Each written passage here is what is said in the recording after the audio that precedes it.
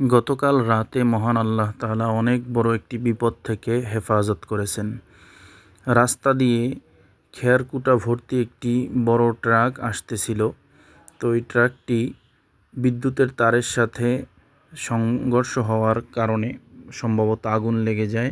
এই যে ঘরটা দেখা যাচ্ছে, এটাই হলো আমাদের বসবাসকৃত গ্রামের বাড়ির ঘর। তো এই গাড়িটি যখন রাস্তা দিয়ে আসে তখন আগুন লেগে যায়। আগুন লাগার এক পর্যায়ে একদম গোটা গাড়িতে আগুন ছেয়ে যায়। মানুষ চিল্লাচিল্লি করলে গাড়িটা সোজা এখান থেকে কোলার মধ্যে, মাঠের মধ্যে নামিয়ে দেয় এবং এই মাঠের সামনেই ছিল আমাদের ঘর। ধারণা করা হয় এই বিদ্যুতের তার থেকে আগুন লেগে যায়। সামনেই দেখা যাচ্ছে যে আমাদের বসবাসকৃত ঘর। তো এই আগুন অবস্থায় আমাদের এই ঘরের পাশেই অনেকগুলো খেরকুটায় একদম আগুন লেগে যায়।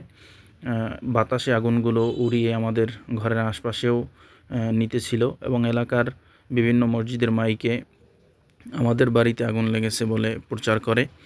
এজন্য সবার মধ্যে আতঙ্ক ছড়িয়ে পড়ে। ধারণা করা হয় রাস্তার এখান থেকেই আগুনটি লেগেছিল এবং এখান থেকে 2-3 মিনিটের পথ হলো ওই আমাদের স্থান, এবং এমন খড়কুটা ভরেছে যা আশেপাশেও লেগে আছে।